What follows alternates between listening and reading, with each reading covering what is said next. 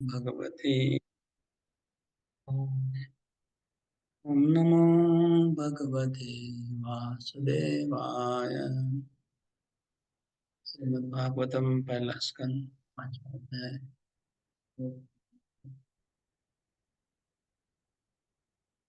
हिंदी वो 24। नारद मुनि का जीवन चरित्र।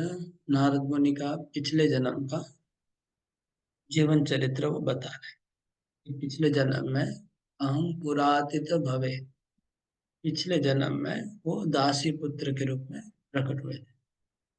उनकी माँ किसी गांव में रहती थी, जंगल में, गांव में। और उस गांव में वो इधर उधर घर का काम करते थे। काम वाली होती है ना घर में, इस तरह का काम करते थे वो। नारद मुनि की पिछले जन्म में उनकी माँ। और वहाँ कोई धर्मशाला भी था, स्थानक बोलते हैं, जहाँ पर साधु लोग आके रहते हैं। उस धर्मशाला का भी काम काज उनकी माँ का ही था, सफाई करना, वहाँ पर कोई साधु लोग आने से उनके लिए रेडी कर देना, खाना वाना में हेल्प करना, ये सब नारद मुनि की माँ का ये भी काम था। तो उस धर्मशाला में, स्थानक में, जहाँ पर संत लोग आए हुए थे, वहां पर उनकी माँ काम कर रही थी। और नारद मुनि भी उनकी कृपा से कभी कभी उनका सेवा करने को उनको मौका मिलता था। संतों का, उनकी माँ के साथ छोटा बच्चा था, 2 3 4 साल का बच्चा है, तो नेचुरली माँ के साथ ही रहेगा। तो उनकी माँ काम करती थी उस धर्मशाला में, उनका बेटा भी काम करता था। ये यहाँ तक हमने, और आगे क्या हुआ हम लोग देखेंगे।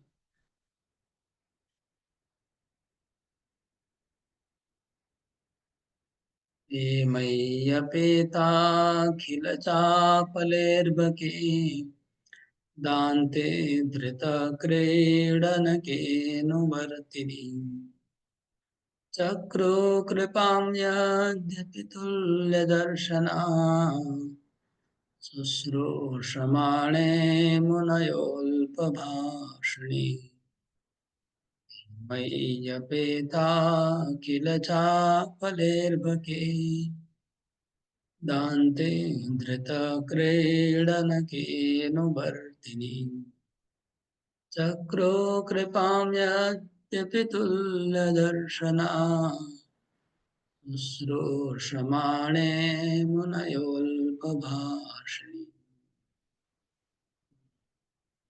अनुवाद पढ़िए मोहन वजराज। अच्छा। यद्यपि वे स्वभाव से निष्पक्ष थे, किंतु उन वेदांत के अनुयायियों ने मुझ पर अहेतु की कृपा की। जहाँ तक मेरी बात थी, मैं इंद्रिय जित था और बालक होने पर भी खेल कूद से अनासक्त था। साथ ही मैं चप्पल ना था और कभी भी जरूरत से ज्यादा बोलता नहीं था, मितभाषी था। श्रीमद् भगवद गीता में श्री भगवान कहते हैं, सारे वेद मेरी खोज कर रहे हैं। भगवान श्री चैतन्य का कहना है कि वेदों के केवल 3 विषय हैं: श्री भगवान के साथ जीव का संबंध स्थापित करना, भक्ति कर्म करना, तथा इस प्रकार से भगवत धाम जाने का परम उद्देश्य प्राप्त करना। इस प्रकार इन वेदांत वादियों से श्री भगवान के शुद्ध भक्त के संकेत मिलते हैं। ऐसे वेदांतवादी या भक्ति वेदांत भक्ति के दिव्य ज्ञान का विवरण निष्पक्ष भाव से करते हैं। उनके लिए ना कोई मित्र है और ना कोई शत्रु, ना कोई शिक्षित है ना अशिक्षित, ना कोई विशेष रूप से अनुकूल है ना ही कोई प्रतिकूल। भक्ति वेदांत ये देखता है कि मनुष्य सामान्य रूप से झूठी कामोद्दीपक वस्तुओं में अपना समय नष्ट करते हैं। उनका कार्य है अज्ञानी जनता को श्री भगवान के साथ भूले हुए संबंध को पुनः स्थापित करने में मदद करना। ऐसे प्रयास से अत्यंत विस्मृत जीव को भी अत्याधिक जीवन का बोध हो जाता है आध्यात्मिक जीवन का बोध हो जाता है। और इस प्रकार भक्ति वेदांतों द्वारा प्रेरित सामान्य लोग धीरे धीरे दिव्य अनुभूति के पद पर अग्रसर होने लगते हैं। इस प्रकार वेदांतवादियों ने उस बालक को इंद्रियजित बनने के पूर्व ही दीक्षित कर लिया था और ये बचपन के खेल कूद से विरक्त हो गया था। किंतु दीक्षा के पूर्व वो बालक अत्यधिक अनुशासित हो चुका था, क्योंकि इस मार्ग पर चलने वालों के लिए ये अत्यंत आवश्यक है। वर्णाश्रम धर्म वास्तविक मानव जीवन की शुरुआत है। वर्णाश्रम धर्म प्रणाली में बालकों को 5 वर्ष की आयु के बाद गुरु आश्रम में ब्रह्मचारी बनने हेतु भेज दिया जाता है, जहां उन्हें ये सारी चीजें नियमित ढंग से सिखाई जाती है, चाहे वे सामान्य नागरिकों के पुत्र हो या राजकुमार हो। ये प्रशिक्षण न केवल राज्य में अच्छे नागरिक उत्पन्न करने के निमित्त अनिवार्य था, अपितु बालक को भावी जीवन में आध्यात्मिक अनुभूति प्राप्त करने हेतु उसे तैयार करने हेतु भी अनिवार्य था। वर्णाश्रम प्रणाली का पालन करने वाले बालकों को इंद्रिय भोग के गैर जिम्मेदार जीवन का पता ही नहीं रहता था। यहाँ तक कि जब पिता बालक को माता के गर्भ में स्थापित करता था तो वो भी आध्यात्मिक संस्कार द्वारा होता था। बालक को भव बंधन से मुक्ति प्राप्त करने में सफल बनाना माँ पिता का उत्तरदायित्व हुआ करता था। यही सफल परिवार योजना की विधि है। इसका उद्देश्य था पूर्ण सफलता के लिए संतान उत्पन्न करना, इंद्र तृप्ति हुए बिना, अनुशासित हुए बिना तथा पूर्ण रूप से आज्ञाकारी हुए बिना कोई भी व्यक्ति गुरु के उपदेशों का पालन करने में सफल नहीं हो सकता, और ऐसे किए बिना कोई भी व्यक्ति भगवत धाम वापस नहीं जा सकता। तो नारद मुनि अपना प्रीवियस पास्ट लाइफ के बारे में बोल रहे हैं कि ये जो वेदांतवादी थे, मतलब संत लोग जो आए हुए थे, वो आ, छोटे बच्चे को उन्होंने कृपा किया, कोजलेस अहेतु की कृपा की। और उनको ये बच्चा विशेष रूप से मतलब अच्छा लगा। इस बच्चे को कृपा की है, वो उनमें बहुत अच्छे गुण थे, बच्चे में बहुत सारे अच्छे गुण थे। क्या थे, इसको हम लोग लिस्ट कर सकते हैं। आ, पहला है अचापला। अचापल मतलब चपल नहीं, चपल मतलब चंचल। सब के सब छोटे बच्चे जनरली चंचल होते हैं बचपन में, लेकिन कुछ कुछ बच्चे आप देखेंगे बचपन में सीरियस भी होते हैं। वो रेयर होता है। कोई जब छोटा बच्चा सीरियस होता है तो सब लोग उसके प्रति विशेष ध्यान देते हैं और सोचने लगते हैं कि जरूर ये कोई स्पेशल बच्चा है लग रहा है, क्योंकि बच्चे सीरियस जनरली नहीं होने चाहिए। कोई विशेष महात्मा जब जन्म लेते हैं तो बचपन से सीरियस हो जाते हैं। बचपन से उनको दिव्य अनुभूतियां होती है, उनको लगता है कि मैं कहाँ पर आ गया, संसार क्या है, ऐसे क्वेश्चन दिमाग में पहले आने लग जाते हैं, इसलिए सीरियस बन जाते हैं छोटे बच्चे। तो ये अचापल मतलब सीरियस था, चंचल नहीं था। उसके बाद दांत। दांत मतलब सेल्फ कंट्रोल। हाँ, अभी 5 साल का बच्चे का सेल्फ कंट्रोल का मतलब क्या होगा, कोई बता सकता है? सेल्फ कंट्रोल का मतलब छोटे बच्चे के लिए यही हुआ, छोटे बच्चों की आदत होती है जो कुछ देखता है उसको अपना बोलता है और खाने लग जाता है, सबको डिमांड करता है। अब कोई भी पेन देखेंगे तो पेन को डिमांड करेगा, कुछ भी चीज देखेगा तो वो उसको पकड़ के मैं और मेरा का भावना भयंकर होता है बच्चों में। ये धारणा गलत है कि बच्चे, छोटे बच्चे भगवान के स्वरूप होते हैं, छोटे बच्चे नादान होते हैं।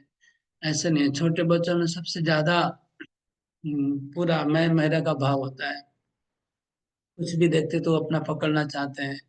और बहुत एनवी भी भयंकर होता है छोटे बच्चों में। उसकी माँ की गोद में बैठा, अगर दूसरा कोई बैठेगा तो उसको मारने लगेगा वो। तो छोटे बच्चों का भगवान का स्वरूप नहीं है एक्चुअली, वो गलत फहमी है। खाली कामना वासना भी पूरे प्रकट नहीं हुई है, प्रकट हो रही है। तो एनीवे, लेकिन नारद मुनि ऐसे नहीं थे। वो जब छोटे बालक थे तो वो सेल्फ कंट्रोल मतलब खाने के पीछे भागते नहीं थे, खाने की चीज देख के वो रोते व झगड़ते नहीं थे, वह कोई चीजों को पकड़ते नहीं थे। आश्रम में जैसे बहुत सारी चीजें पड़ी हुई है सन्यासियों की, तो वहां हाथ नहीं लगाते थे। यही हो गया दानते, सेल्फ कंट्रोल का मतलब कि उनकी चीज वस्तुओं के प्रति वो हाँ, लालची नहीं थे। वो छोटे बच्चे होते लालची, कुछ भी देखते हैं तो हाँ लेना चाहते हैं, तो वो नहीं था उनमें। दान थे अधृत क्रीडन के, मतलब खेल कूद में उनको इंटरेस्ट नहीं था। वहाँ खेल, क्रीडा के मतलब जो क्रीडन का मतलब हो गया जो छोटे छोटे खेलने के जो खिलौने होते हैं, खिलौनों के प्रति भी अधृत, उन्होंने खिलौनों को भी छुआ नहीं। खिलौनों के प्रति भी वो खिलौनों से खेलते भी नहीं थे। ऐसे थे वो बच्चे। अधृत क्रीडन के अनुवर्तिनी, अनुवर्तिनी का अर्थ हुआ वो आज्ञाकारी थे। उनको जैसे कोई बोलते थे, "ए बच्चा मेरा किताब लेके आओ", तो दौड़ के लेके आते थे। उस आश्रम में इस तरह से वो अनुवर्ती थे। तो ऐसे बच्चे रेयर होते हैं जो तुरंत आज्ञा पालन करेंगे बोलने के साथ साथ, इसलिए अनुवर्तिनी। हाँ, दान्ते अदृत करने के अनुवर्तिनी, चक्रुम कृपाम यद्यपि तुल्य शुश्रूषमाणे। और क्या था उनका गुण? शुश्रूषमाणे, वो हमेशा सेवा में रत रहता था, कुछ न कुछ सेवा करता रहता था वो बच्चा उनकी, संतों की। और लास्ट, और list, last but the list गुण क्या है? अल्प भाषिणी, ज्यादा बातें नहीं करते थे, बहुत कम बोलते थे। तो ये है नारद मुनि के। आप लोग एक क्वेश्चन लिख लीजिए, नारद मुनि का बाल्य रूप में उनके क्या क्या गुण थे उनमें। जैसे मैंने बताया, मतलब एक एक लाइन में उसको एक्सप्लेन करना है जो गुण बताए गए।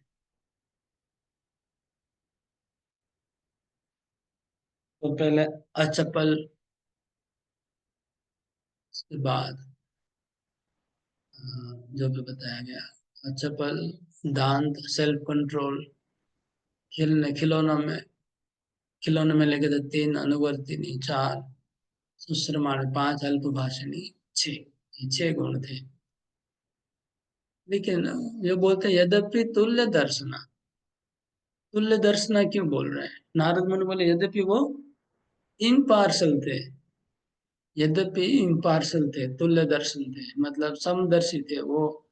ये यहाँ पर समदर्शी का क्यों वर्ड आया, इसके पीछे कारण क्या? इसके पीछे कारण ये है, अ, यद्यपि वो समदर्शी फिर भी आ, मैंने को कृपा किया, ऐसा बोलने की क्या जरूरत है? यद्यपि, तो यद्यपि बोलने का अर्थ ये हुआ कि उन संतों को कृपा करने के लिए ऐसे गुणों की आवश्यकता नहीं थी। अगर कोई दुर्गुणी बच्चा होगा तो भी अगर वो चाहते तो कृपा कर देते, ये अर्थ है। लेकिन मेरे में गुण थे तो उन्होंने कृपा किया।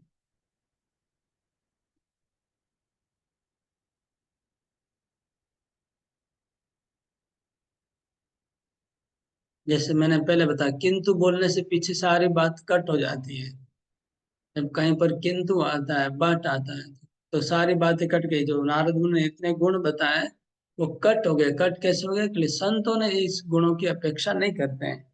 संत तो पापी हो चाहे पुण्यवान हो, गुणी हो चाहे दुर्गुण हो, सबको कृपा कर लेते हैं। लेकिन ये प्लस पॉइंट ही था नारद मुनि में, तो जिसकी वजह से उनको कृपा मिला। प्लस प्रश्न लिख लीजिए जो लिख रहे हैं। शिष्टलेपाननुमोदितोद्विजे शरकृत्स्मभुञ्जे तदपास्तु किल्बिषः। एवं प्रवृत्तस्य विशुद्धचेतसस्तद्धर्म एवात्मरुचि प्रजायते। शिष्टलेपाननुमोदितो द्विजे सकृत्स्म भुञ्जे तदपास्तु किल्बिषः। एवं प्रवृत्तस्य विशुद्धचेतसः धर्म एवात्मरुचि प्रजायते।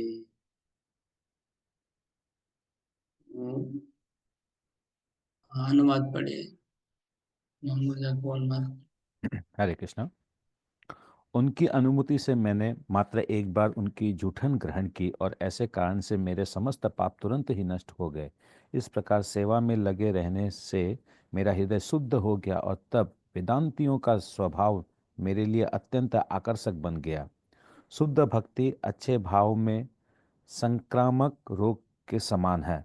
शुद्ध भक्त समस्त प्रकार के पापों से निर्मल हो जाता है। श्री भगवान विशुद्धतम सत्ता है और जब तक कोई भौतिक गुणों के संक्रमण से मुक्त होकर उन्हीं के समान शुद्ध न हो ले, तब तक वो श्री भगवान का शुद्ध भक्त नहीं बन सकता।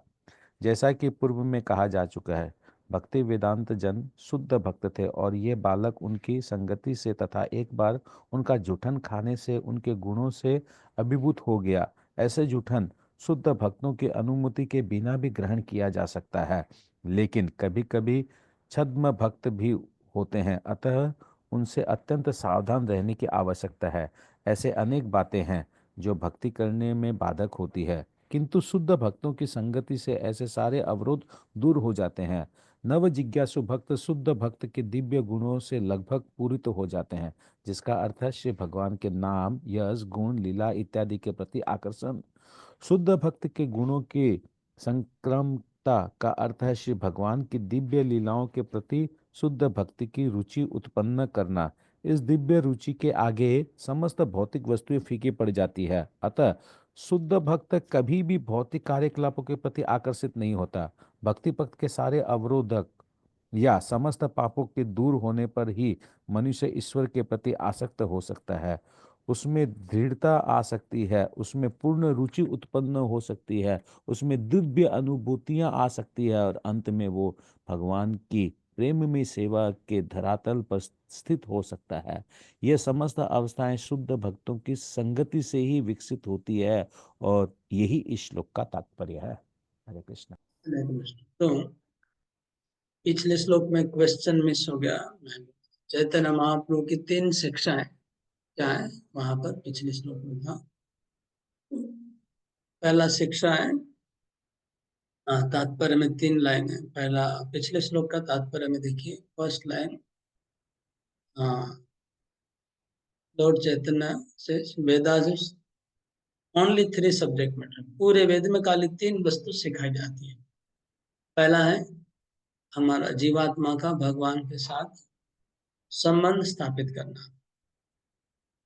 दूसरा है परफॉर्म रिलेटिव ड्यूटीज, अपना भक्तिमय सेवा व कर्तव्य को पालन करना। तीसरा है जीवन का परम लक्ष्य, हाँ, भगवत धाम की प्राप्ति करना। 3, हाँ, लिख लीजिए। चैतन्य महाप्रभु के अनुसार वेदों की 3 शिक्षाएं क्या है। चैतन्य महाप्रभु के अनुसार वेदों की 3 शिक्षाएं क्या है। तो कभी इस श्लोक में आ जाते हैं। हाँ, श्लोक में तो नारद मुनि इस प्रकार से सेवा करते रहते थे रेगुलरली। अभी समझ लीजिए उनका झूठा पत्तल उठाते थे। वो लोग जब भोजन कर लेते तो उनका पत्तल उठाना, अथवा उनका अगर थाली है तो थाली को धो देना, इस तरह से सेवा कर रहे थे। तो जब झूठा थाली धोएंगे या पत्तल उठाएंगे, तो ऐसे भी गरीब बच्चे हैं वो, तो मतलब उनको तो खाने पीने को भी ठीक से नहीं मिलता होगा। तो उनका झूठा ही खाना उनको पूछ के खाया नारद मुनि ने, ये मैं खा सकता हूँ कि नहीं। क्योंकि ऐसे भी गरीब बच्चे थे, उनको तो ऐसे भी भूख लगा होता होगा मेरे को लग रहा है। तो उन्होंने पूछा ये मैं खा सकता हूँ कि नहीं। तो उन संतों ने कहा कि हाँ आप खा सकते हैं, कोई, ये बच्चा नादान है, तुम खा लो, कोई बात नहीं। इस तरह से एक बार खाया, तो लिखा है कि एक बार खाने से ही पाप नष्ट हो गया। इसका अर्थ ये हुआ, मतलब यहाँ पर थोड़ा सा कुछ चीज ऐसी है जो हमको दिमाग लगा के समझना पड़ता है। इसका अर्थ ये हुआ कि नारद मुनि रेगुलर खाने लग गए थे उनका जूठन, लेकिन पहली बार खाया तभी पाप नष्ट हो गया। अर्थ ये बोलने का अर्थ ये है, फर्स्ट टाइम उन्होंने उनका जूठा खाया, उनका सारा पाप नष्ट हो गया। इसका मतलब नहीं कि एक बार ही खाया, इसका मतलब पहली बार में ही नष्ट हो गया पाप। इसका हो सकता है कि फिर एक बार परमिशन ले लिया, फिर तो ओपन हो गया, हमेशा जूठन खाते होंगे जब जब मौका मिलता होगा। तो पहला बात ये हो गया। यहाँ पर भक्ति के स्तर का वर्णन करने के लिए नारद मुनि अपना जीवन बता रहे हैं। पहला स्तर उन्होंने बताया कि साधु संग करने के पहले नए भक्त को क्वालिटी क्या होना चाहिए, भक्तों का संग करने के पहले, भक्तों के सामने आने आने के पहले क्या होना चाहिए, वो पहले श्लोक में बताया कि उनको ज्यादा बात नहीं करना चाहिए, बक बक नहीं करना चाहिए, या फिर सेल्फ कंट्रोल होना चाहिए। ये प्री रिक्वेस्ट, कंपलसरी नहीं, लेकिन होने से अच्छा है। ये जो क्वालिटीज हैं, सेल्फ कंट्रोल, दांत, इंद्रिय संयम, खाना, बोलना कम, अ, अनुयायी होना, उनका बातों को सुनना, आज्ञाकारी होना, ये जो गुण है ये अच्छे हैं। अगर ये होंगे तो जल्दी फायदा होगा। ये पहला क्वालिटी था। उसके बाद शुश्रूषमाणा, उन्होंने उनकी सेवा कर चालू कर दी थी। फिर क्या हुआ, उनके संग में प्रभुपाद ने क्या बोला, इन्फेक्चुअस डिसीज। इन्फेक्चुअस डिसीज हिंदी में लिखा है, मतलब संक्रामक व्याधि। तो भक्तों का संग एक संक्रामक व्याधि के जैसा है, संक्रामक बीमारी के जैसा है। मतलब अगर भक्तों के साथ रहेंगे तो भक्तों के अंदर जो गुण है, भक्तों के अंदर जिस प्रकार की भावना है, तो उनके साथ वाले को भी वो भावना आ जाएगी। क्योंकि नारद मुनि, वो बालक उनकी उनका संग कर रहा था, और इतना क्लोज संग किया कि उनका जूठा भी खाना खाया। तो जिसकी वजह से उनका जो गुण था, भगवान के नाम रूप गुण लीला में जो वो लोग जैसे व्रत रहते थे, मतलब वहाँ डेली भागवत पाठ होता था। ये लोग जो संत लोग प्रतिदिन सुबह शाम सत्संग करते थे, भगवान के नाम रूप गुण लीला में डूबे रहते थे। वो चीज में नारद मुनि को भी आकर्षण हुआ। और इसमें एक बात बीच में आता है कि उन्होंने जब झूठा खाया, उनके सारे पाप नष्ट हो गए, और पाप नष्ट होने से उनका चित्त शुद्ध हो गया। और चित्त शुद्ध होने के बाद एव आत्मा रुचि प्रजायते, तद धर्म, उनके धर्म के प्रति रुचि हुई। हाँ, उनके धर्म के प्रति, मतलब वो जो सब कुछ कर रहे हैं, उनकी जो एक्टिविटी है, उनका जो जीवन शैली है, वो जीवन शैली के प्रति उनका आकर्षण हुआ। ये है, या ये समझना हमको।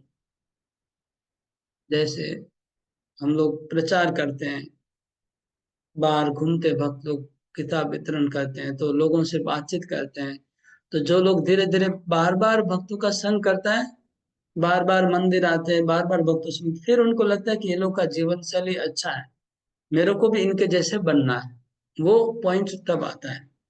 तो ये नेक्स्ट लेवल आया, जो 14 स्तर बताया था भक्ति का विश्वनाथ चक्र ठाकुर ने, वो स्तर पे धीरे धीरे आगे हम बढ़ रहे हैं। हाँ, तो पहला साधु संग, यहाँ पर एक पॉइंट आ रहा है कि पाप नष्ट होने के बाद ये होता है, पापी व्यक्ति को नहीं होगा। यहाँ पाप नष्ट करने के लिए ये पॉइंट आया कि उन्होंने जूठा खाया, पाप नष्ट हो गया। इसके बाद उनको उनके धर्म में रुचि आई। इसलिए गीता में लिखा है कि येषाम तो अंतगतम पापम जनानां पुण्य कर्मण ते द्वंद्व मोह निर्मुक्ता भजन्ते माम दृढ़व्रता। जो व्यक्ति के पाप नष्ट हो जाते हैं वो मेरी भक्ति करते हैं, कृष्ण गीता में कहते हैं। तो इसलिए नारद मुनि ने बताया कि मेरा पाप ऐसे ही नष्ट हो गया, और फिर मेरा हृदय शुद्ध हो गया, फिर मैं उनके प्रति आकर्षित हुआ। तात्पर्य में देखिए, प्रभुपाद जी ने कैसे क्रम वाइज प्रेम तक ले जाते हैं इस पॉइंट्स को। यहाँ से शुरू करते हैं Prabhupada ji. This transcendental taste at once makes all material things distasteful. यहाँ से शुरू हुआ। प्रभुपाद बोलते हैं, पहले अगर कोई भक्तों की जीवन शैली के प्रति आकर्षित होता है, मतलब उनको अच्छा लगता है, तो फिर भौतिक जीवन के प्रति उनको खराब लगने लगेगा। मतलब उनको फिर सिनेमा जाने की इच्छा नहीं होगी, अभक्तों का संग करने की इच्छा नहीं होगी, धीरे धीरे इस तरफ आता है। उसके बाद आगे लिखा है, therefore a pure devotee is not material activity, भौतिक जीवन में नहीं जाता। After the elimination of all since, जब सारे पाप नष्ट हो जाते हैं, और obstacles on the path of devotional service, हाँ, मतलब अनर्थ निवृत्ति, अनर्थ निवृत्ति, जब अनर्थों से वो अपने आप को अलग कर लेगा, वन कैन हैव स्टेडीनेस, मतलब निष्ठा उत्पन्न होगी। उसके बाद लिखा है one can have perfect test, उसके बाद रुचि आएगी, निष्ठा के बाद रुचि, रुचि के बाद one can have transcendental emotion, मतलब हो गया भाव और आसक्ति और भाव, और at last one can have love, मतलब प्रेम। इस तरह से प्रभुपाद जी ने हिंट्स दिया, जो आगे आएगा एक के बाद एक। अभी हम, अभी यहाँ पर अभी तक कौन सा स्टेज कब आ रहा है वो आगे पढ़ के पता चलेगा, एक बार पढ़ लेते हैं। तत्रान्वहं कृष्णकथा प्रगायताम् अनुग्रहेण शृण्वं मनोहरा, ता श्रद्धया मेऽनुपदं विशृण्वत प्रियश्रवस्यङ्गममाभवद्रुचि।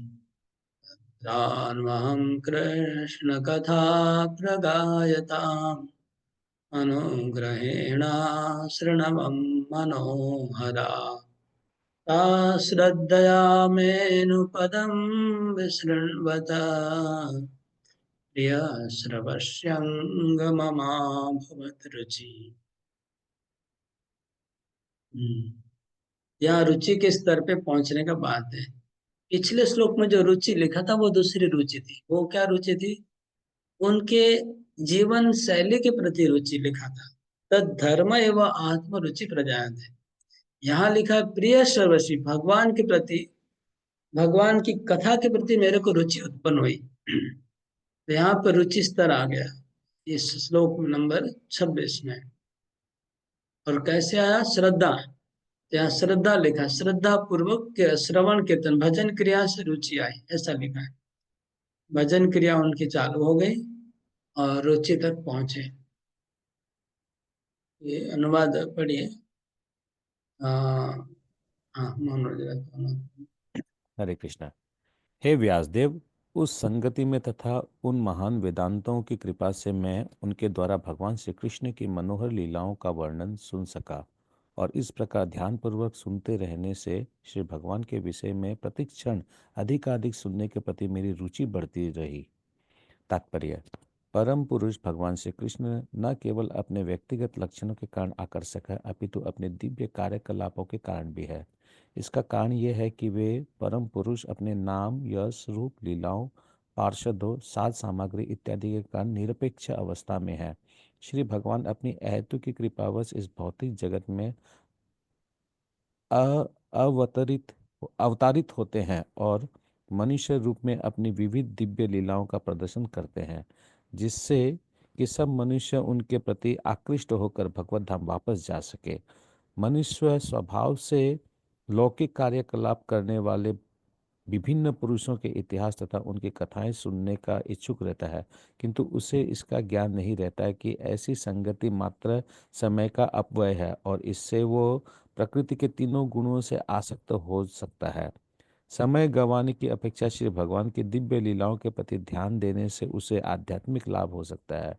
श्री भगवान की लीलाओं की कथा सुनने से उसे भगवान का प्रत्यक्ष सानिध्य प्राप्त होता है, और जैसा कि पूर्व में कहा जा चुका है, श्री भगवान के विषय में श्रवण करने से अंतकरण के समस्त पाप धुल जाते हैं। इस प्रकार से पापों के धुल जाने पर श्रोता धीरे धीरे सांसारिक संगति से मुक्त होकर श्री भगवान के स्वरूप के प्रति आकृष्ट होता है।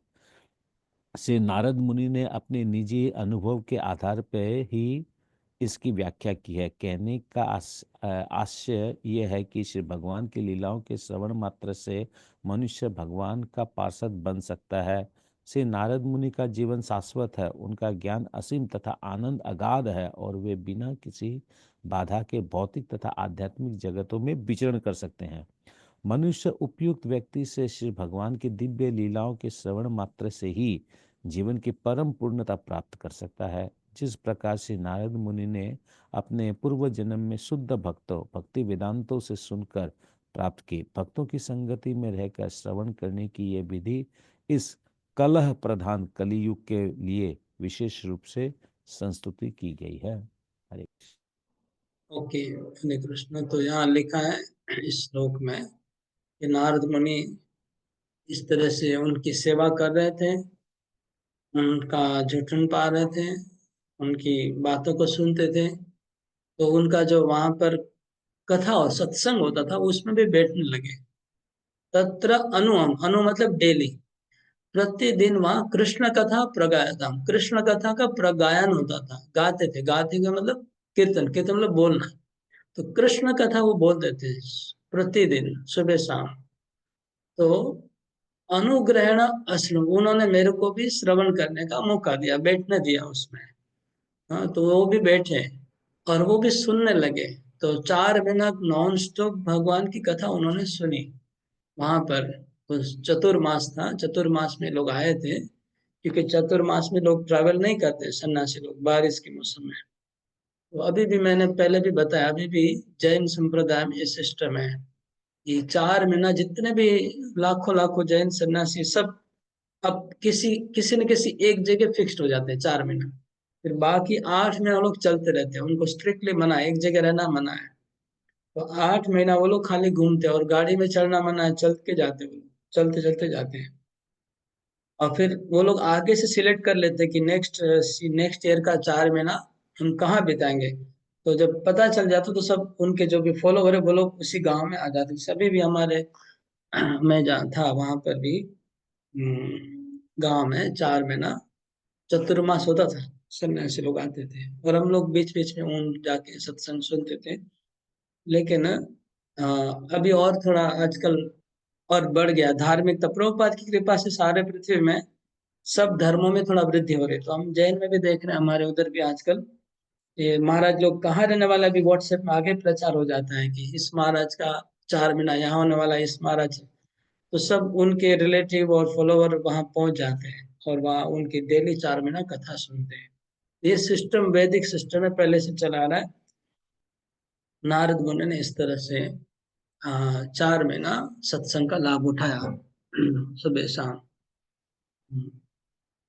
ये सिस्टम वहां तो जैन में तो और अच्छे से फॉलो, स्ट्रिक्टली फॉलो कर रहे हैं वो लोग। तो 4 महीना एक एक गांव में 20-30 सन्यासी आके रुक जाते हैं 4 महीना वहां पर।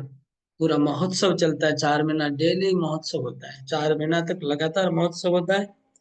और बहुत सत्संग भी होता है, बहुत कुछ होता है। तो एनीवे, इस तरह से नारद मुनि ने उस चतुर्मास में 4 महीना सत्संग किया। तत्र अनुम कृष्ण कथा प्रगायता अनुग्रहण आश्रम मनोहरा। वो कथा कैसी थी? मन को हरण करने वाली थी। तो मेरा मन अपहरित हो गया उनका कथा सुन के। मनोहरा, मनोहर मतलब मन को हरण करने वाला, वो सुंदर कथा थी।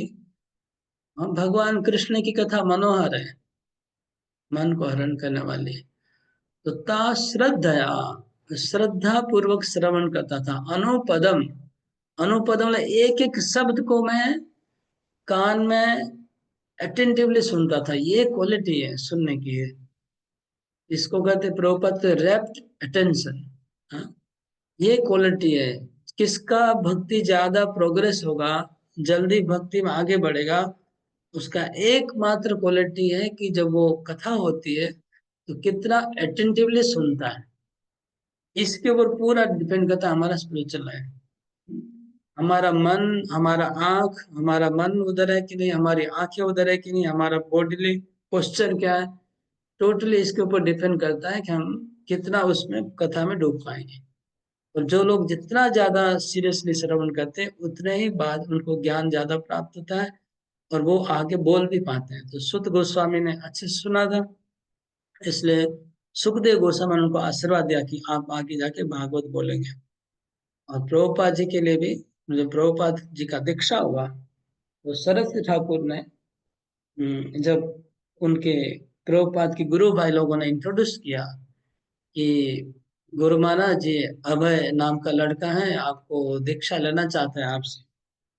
तो उन्होंने क्या बोला, इसको मैं जानता हूँ, ये बहुत अटेंटिवली सुनता है सामने बैठ के, इतना इसके बारे में मैं जानता हूँ। सरस ठाकुर ने यही कमेंट किया कि इस लड़के को मैं इतना जानता हूँ कि एकदम सामने बैठ के सुनता है सीरियसली। ऐसा फिर उनका दीक्षा हुआ प्रभुपाद जी का। तो ये एक क्वालिटी है जो यहाँ नारद मुनि बोले कि मैं अनुपदम श्रद्धया विसृणवत, श्रद्धा पूर्वक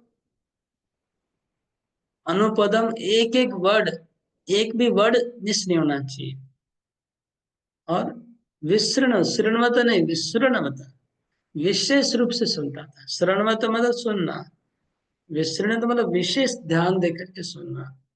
तो बहुत जोर दिया इस शब्द के ऊपर, खाली श्रवण के ऊपर कितना प्रिसिशन लगा दिया। श्रवण के आगे वी लगाया, उसके आगे अनुपदम लगाया, उसके आगे श्रद्धा लगा दिया। इतने सारे श्रवण करने के विशेषण लगाए गए। ऐसा श्रवण, ऐसा कोई श्रवण करेगा तो उसको याद रह जाएगा पूरा। आप इस तरह से अगर सुनेंगे भागवत कथा को, तो आपको पूरी कथा एज इट इज याद रह जाएगी। तो क्या हुआ, प्रिय श्रवसी ममा अभवत रुचि, मेरे को रुचि उत्पन्न हो गई भगवान की कथा में।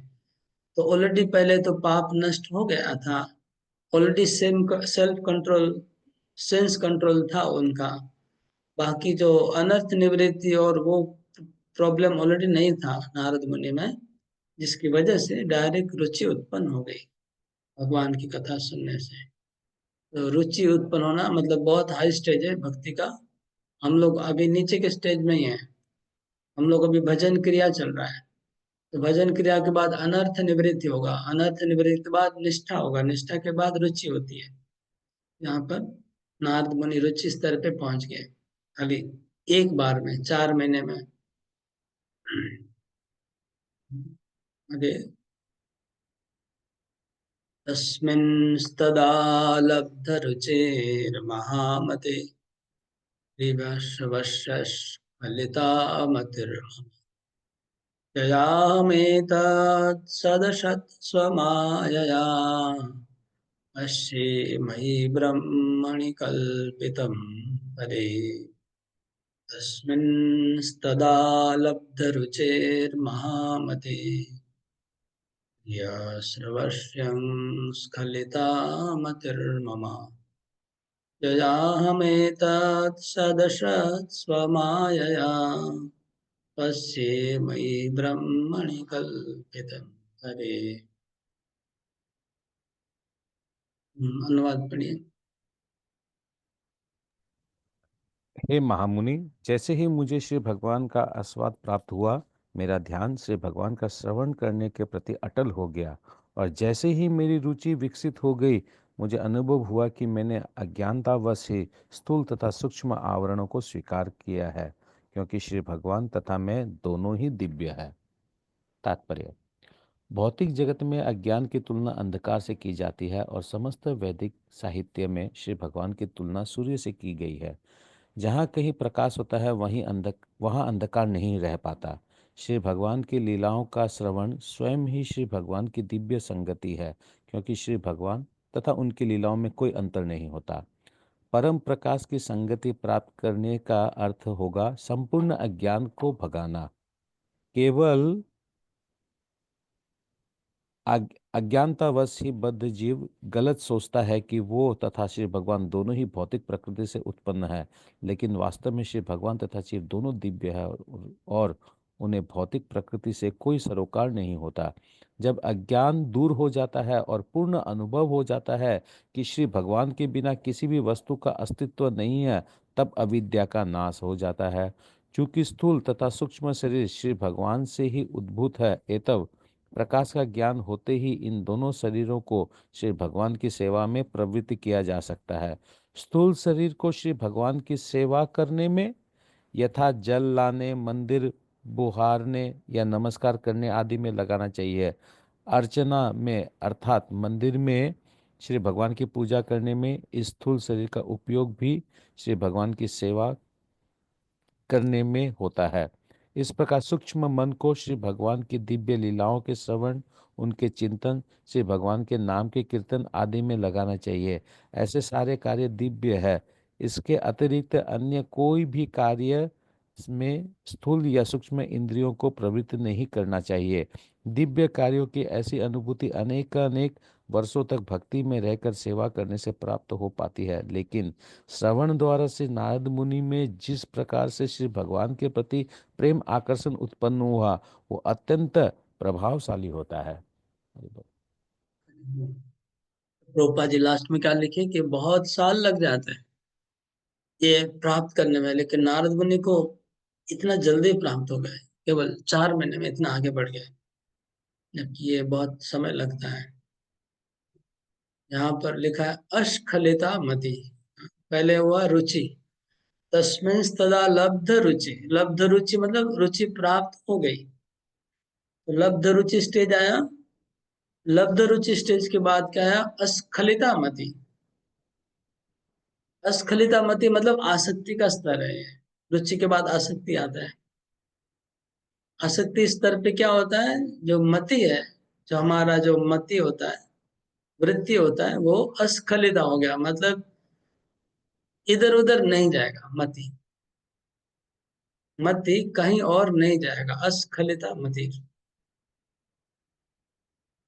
और उसके बाद अस्खलिता मति के बाद लिखा है, मतलब आसक्ति आया, आसक्ति के बाद उन्होंने ये रियलाइज किया कि मैं स्थूल और सूक्ष्म शरीर से अलग हूं और मैं परमात्मा का अंश हूं। ये उनको उपलब्धि हुआ, यहाँ पर उपलब्धि हुआ।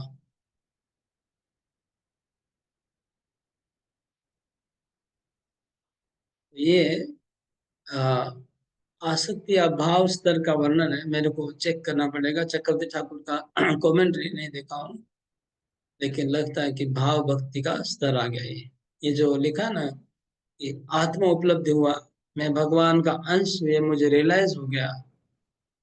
ये पश्ये मई ब्रह्मणि, मैं अपने आप को ब्रह्म से एक समझने लगा, मतलब उनका अंश रूप में अनुभव किया। मैं ब्रह्म हूँ, ये अनुभव हो गया। मैं ब्रह्म का अंश हूँ, ये अनुभव हो गया। ये लगता है भाव स्तर है, क्योंकि विशुद्ध सत्व गुण अभी अगले श्लोक में पता चल जाएगा। ये ओके, आगे बढ़ते हैं।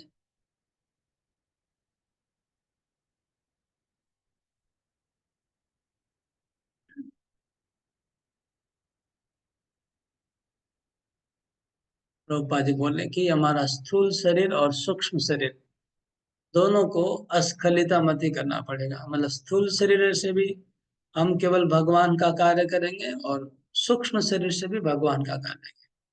स्थूल शरीर से क्या करना है, भगवान का मंदिर को झाड़ू देना, बर्तन धोना, भगवान का आरती भोग जो भी लगाना, वो सब हो गया स्थूल शरीर। शरीर का क्या करना है, श्रवण कीर्तन और मनन, सूक्ष्म एक्टिविटी है, सूक्ष्म कार्य है, ज्ञानेंद्रियों के कार्य है। ज्ञानेंद्रिय और कर्मेंद्रिय दोनों को अस्खलिता मत ही करना है, दोनों को लगा देना है भगवान की सेवा में। हाँ, ऐसे फोर्स करने से आगे बढ़ेंगे। इत्थं शरत्प्रावृषकावृतुहरिर् शृण्वतो मे नुशवं यशोमलम् सङ्कीर्त्यमानं मुनिभिर्महात्मभिः भक्ति प्रवृत्तात्मरजस्तमोपः शरत्प्रावृषकावृतुहरिर् विशृण्वतो मे नुशवं यशोमलम् सङ्कीर्त्यमानं मुनिभिर्महात्मभिः भक्ति प्रवृत्तात्मरजस्तमोपः। पढ़िए प्रभु। हरे कृष्णा।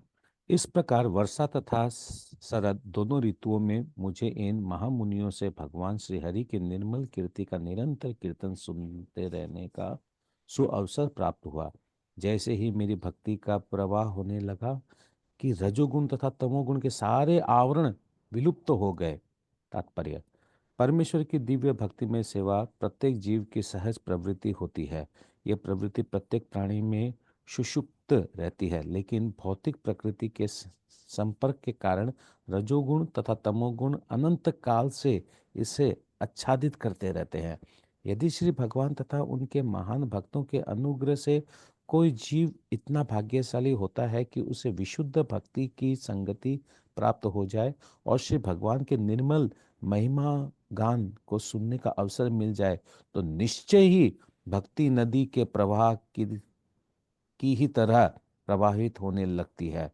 जिस प्रकार नदी तब तक प्रवाहित होती रहती है जब तक वो समुद्र तक ना पहुंच जाए, उसी प्रकार शुद्ध भक्तों की संगति से विशुद्ध भक्ति की धारा तब तक प्रभावित होती रहती है जब तक वो परम लक्ष्य अर्थात श्री भगवान के दिव्य प्रेम तक नहीं पहुंच जाता। भक्ति का ऐसा प्रवाह रोके रोके नहीं रुकता, अपितु ये असीमित रूप से अधिकाधिक बढ़ता जाता है। भक्ति का प्रवाह इतना सक्षम होता है कि कोई दर्शक भी रजोगुण तथा तमोगुण के प्रभाव से मुक्त हो जाता है। इस प्रकार प्रकृति के ये दोनों गुण दूर हो जाते हैं और जीव अपनी मूल स्थिति को प्राप्त करके मुक्त हो जाता है। हरे हरे कृष्ण। तो प्रभुपाद जी ने नदी का उदाहरण दिया। जैसे नदी प्रवाहित होती है तो समुद्र में जाके रुकती है, बीच में रुकते नहीं है। ऐसे भक्ति प्रवृत्ता, यहाँ शब्द आया संस्कृत का श्लोक में, भक्ति प्रवृत्ता, भक्ति का प्रवाह शुरू हो गया हृदय से। भक्ति का प्रवाह ऐसा शुरू हुआ कि वो रुकता नहीं है। प्रभु जब तक कृष्ण प्रेम प्राप्त होगा तब तक वो ये रुकेगा नहीं, प्रवाह रुकेगा नहीं, प्रेम तक ले जाएगा। ये लिखा है। और यहाँ पर लिखा है कि वो भक्ति प्रवृत्ता, फिर से लिखा है। मैं इस प्रकार से कितनी बार ले बात आया, इस विश्व से विश्रण बता, मैं इस तरह से सुन रहा था अनुशवम प्रतिदिन। फिर से वो बात रिपीट किया। क्या? शरद और प्रावृष का ऋतु। तो दो ऋतु का वर्णन है, एक शरद ऋतु और वर्षा ऋतु। ये दोनों मिला के चार चतुर्मास होता है। शरद ऋतु और वर्षा ऋतु, ये दोनों ऋतु मिला के चतुर्मास हो रहा है। मतलब एक ऋतु 2 महीने की होती है, तभी जाके 4 महीना होगा ना। तो इसलिए ये 4 महीना तक उन्होंने निरंतर सुना। नारद मुनि ने 4 महीना इस तरह से कथा सुनी प्रतिदिन। यशो अमलम, पवित्र यश, संकीर्त्यमानम। पहले उधर प्रगायतम लिखा था, प्रगायतम मतलब प्रकृष्ट रूप में गा रहे थे। यहाँ लिखा संकीर्त्यमानम, संकीर्तन होता था। तो हरि कथा गाने का वस्तु है, मतलब जोर जोर से गाना है, उच्चारण मतलब सुर के साथ, या कैसे भी हो, सुर के साथ भी गाया जा सकता है, मतलब सुंदर रूप से, या ऐसे वो कंटिन्यू बोलते रहेंगे, वो भी संकीर्तन है। लेकिन गाने का भी महिमा है अच्छे से। इस तरह से मैं सुनता था तो मेरे हृदय में भक्ति प्रवृत्त हो गई, और उससे क्या हुआ, रजोगुण और तमोगुण को हटाने वाली भक्ति प्रकट हो गई। रजो तमोगुण को हटाने वाली भक्ति मेरे हृदय में प्रकट हो गई। तो ये लगता है भाव भक्ति के मतलब पास में पहुंचे, भाव भक्ति के आसपास पहुंचे, प्रेम भक्ति भाव भक्ति का पास में पहुंचे। क्योंकि भक्ति तो ऑलरेडी कर रहे थे, फिर भक्ति स्टार्ट हुआ, क्यों लिख रहे हैं, इसका मतलब प्रेम भक्ति और भाव भक्ति प्रकट हुई। ये सब स्टेज का आगे देखेंगे, आगे पढ़ते हैं। हाँ, अगले अध्याय में फिर से आएगा स्टेप बाय स्टेप वर्णन। तस्यैवमेनुरक्तस्य प्रसृतस्य हतेन च श्रद्धानस्य बालस्य दान्तस्यानुचरस्य च। तस्यैवमेनुरक्तस्य प्रसृतस्य हतेन च श्रद्धानस्य बालस्य दान्तस्यानुचरस्य च। अनुवाद पढ़िए। हरे कृष्णा। मैं उन मुनियों के प्रति अत्यधिक आसक्त था मेरा आचरण विनम्र था और उनकी सेवा के कारण मेरा समस्त पाप विनिष्ट हो चुके थे। मेरे हृदय में उनके प्रति प्रबल श्रद्धा थी। मैंने इंद्रियों को वश में कर लिया था और मैं तन तथा मन से उनका दृढ़ता से अनुगमन कर रहा था। तात्पर्य: शुद्ध भक्त के पद तक उन्नत होने के इच्छुक व्यक्ति के लिए यही आवश्यक योग्यताएं हैं। ऐसे व्यक्ति को सदैव शुद्ध भक्तों का सानिध्य प्राप्त करने हेतु प्रयत्न करना चाहिए। उसे छद्म भक्त से भ्रमित नहीं हो जाना चाहिए। स्वयं उसे भी शुद्ध भक्त से उपदेश ग्रहण करने हेतु सरल तथा विनम्र होना चाहिए। शुद्ध भक्त पूर्ण रूप से श्री भगवान की शरण में रहते हैं। वो श्री भगवान को ही परम स्वामी तथा अन्य व्यक्तियों को उसके सेवक रूप में जानते हैं। मात्र शुद्ध भक्तों की संगति से ही लौकिक संगति से संचित होने वाले समग्र पापों से छूटा जा सकता है। नव जिज्ञासु भक्त को शुद्ध भक्त की श्रद्धापूर्वक सेवा करनी चाहिए। उसे अत्यंत अज्ञानकारी होना चाहिए और उपदेशों का दृढ़तापूर्वक पालन करना चाहिए। मैं उस भक्त के लक्ष्य ये उस भक्त के लक्षण है जो इसी जीवन में सफलता प्राप्त करने हेतु दृढ़ प्रतिज्ञ है। हरे कृष्णा। तो यहाँ दोबारा क्यों आया, ये सवाल आ सकता है। ये जो नारद मुनि बोले मैं अनुरक्त था उनमें, ये तो बात अच्छी है। प्रसृत मैं ओबिडियंट था, मतलब आज्ञाकारी था। हते नश्य मैं, मेरे में कोई पाप नहीं था, पाप मेरे नष्ट हो गए थे। और मैं श्रद्धावान था। और मैं दांत था, दांत मतलब सेल्फ कंट्रोल था। और अनुचरस्य मैं उनका अनुयायी था। हाँ, ये क्यों दोबारा आया? क्योंकि इसके बाद के श्लोक में दीक्षा का बात आएगा। तो दीक्षा के पहले ये टेस्टिंग होना जरूरी है, इसलिए ये श्लोक इधर आया। कि अगले श्लोकों में हम देखेंगे नारद मुनि को लोग दीक्षा दे रहे उस बालक को। दीक्षा देने के पहले टेस्टिंग किया, इसलिए ये श्लोक बीच में आया। उन्होंने देखा कि ये बालक में इतने सारे गुण है, इनको दीक्षा देना चाहिए। तो वो आगे श्लोक में आएगा। लेकिन दीक्षा का पहले टेस्टिंग आया, पहले फर्स्ट टाइम एक बार टेस्ट हुआ, उनका गुण देखा गया। कब? जब भक्तों से मिला, जब भक्त लोग ने उनको कृष्ण भक्ति से इंट्रोड्यूस करते हैं, तब उनके गुणों को देखते हैं एक बार। इंट्रोड्यूस करने के समय, मतलब तब ग्रोसली कोई सिंफुल एक्टिविटी में डूबा हुआ है तो उसको फिल्टर करना होगा स्टार्टिंग में। फिर अभी दीक्षा का पहले दोबारा टेस्टिंग आया। तब और थोड़ा और डिटेल टेस्टिंग हो रहा है, इसमें इतने सारे गुण थे बताया गया। नारद मुनि ने तो दोबारा बोलने की जरूरत नहीं थी, इसका मतलब है दीक्षा के पहले फिर से टेस्टिंग हुआ। अभी उन्होंने देखा कि ये सब उसमें है कि नहीं। तो हते नष्ट मतलब पाप उनके नष्ट हो चुके थे, ये लिखा है इसमें। ये सब पहले नहीं था। देखा है निष्पाप हो चुका है बालक, क्योंकि रेगुलरली कथा सुन रहा है, उच्छिष्ट खाया था। निष्पाप हो चुका है और सेल्फ कंट्रोल्ड है और श्रद्धावान है और अनुचर है, मतलब आज्ञाकारी है। तब उन्होंने नारद मुनि को आगे दीक्षा प्रदान किया। अगले श्लोक में, ज्ञानम गुह्यतमं यत्तत् साक्षात् भगवतोदितम् अन्वोचन् गमिष्यन्त कृपया दीनवत्सला। ज्ञानं गुह्यतमं यत्तत् साक्षात् भगवतोदितम् अन्ववोचन् गमिष्यन्त कृपया दीनवत्सला। पढ़िए। दीन जनों पर अत्यंत दयालु उन भक्ति वेदांतों ने जाते समय मुझे उन गुह्यतम विषय का उपदेश दिया जो स्वयं श्री भगवान द्वारा निर्देशित है। तात्पर्य: विशुद्ध वेदांती या भक्ति वेदांत अपने अनुयायियों को स्वयं श्री भगवान के उपदेशों के अनुसार ही उपदेश देता है। श्री भगवान ने श्रीमद् भगवद गीता तथा अन्य शास्त्रों में निश्चित रूप से यह उपदेश दिया है कि लोग उन्हीं का अनुगमन करें। श्री भगवान प्रत्येक वस्तु के सृष्टा, पालक तथा संहारक है। समस्त दृश्य जगत उनकी इच्छा के बल पर अवस्थित है और जब उनकी इच्छा से सारा खेल समाप्त हो जाता है तब वे अपनी सारी साज सामग्री सहित अपने दिव्य धाम में बने रहते हैं। सृष्टि के पूर्व वे अपने इसी दिव्य धाम में थे और प्रलय के पश्चात भी वहीं बने रहेंगे। तब वे सचित प्राणियों में से एक नहीं है, वे दिव्य है। श्रीमद् भगवद गीता में श्री भगवान कहते हैं कि अर्जुन को उपदेश देने के बहुत पहले उन्होंने यही उपदेश सूर्य देव को दिया था। क्योंकि बीच में ये श्रृंखला टूट गई थी और ये उपदेश गलत तरीके से उपयोग में लाया जा रहा था, अतः वही उपदेश अर्जुन को फिर से दिया गया। क्योंकि वो उनका महान भक्त एवं मित्र था, अतः श्री भगवान का उपदेश भक्तों के अतिरिक्त अन्य कोई नहीं समझ सकता। श्री भगवान के दिव्य रूप का कोई अनुमान न होने के कारण निर्विशेषवादी श्री भगवान के इस गुह्यतम संदेश को नहीं समझ पाते।